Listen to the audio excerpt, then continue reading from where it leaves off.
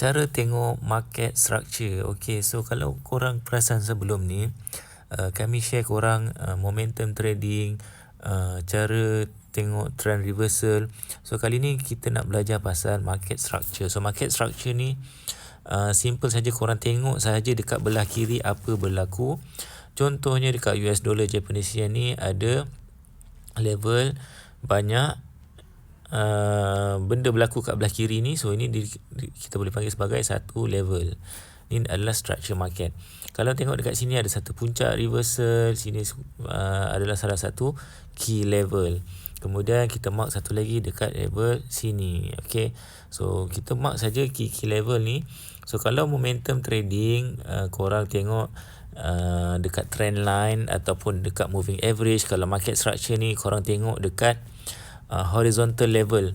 So level-level dekat mana price tu ada banyak benda berlaku belah kiri, so dia akan effect dekat price belah kanan. Kalau case macam ni US dollar Japanese yen, maybe dia boleh buat perubahan direction apabila dia nampak puncak belah kiri ni.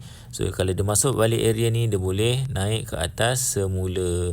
Dan bila dia naik ke atas ni, dia akan ada dua option. Kalau dia break, dia boleh naik sampai sini, dan kalau dia pantul, dia maybe akan turun balik level sini. So ni kita panggil trade menggunakan market structure. So market structure, korang kena buka time frame, jangan buka time frame kecil sangat. Selalunya market structure ni dekat time frame tinggi sikit, dalam maybe M30, H1 baru korang nampak structure tu, sebab korang kena tarik belah kiri ni jauh sikit. Okay, so kalau momentum trading, korang tengok dekat trend line, korang tengok dekat moving average. Kalau market structure ni, korang tengok dekat line mendata, dekat satu level, key level. Okay, so inilah cara untuk korang analisis market structure.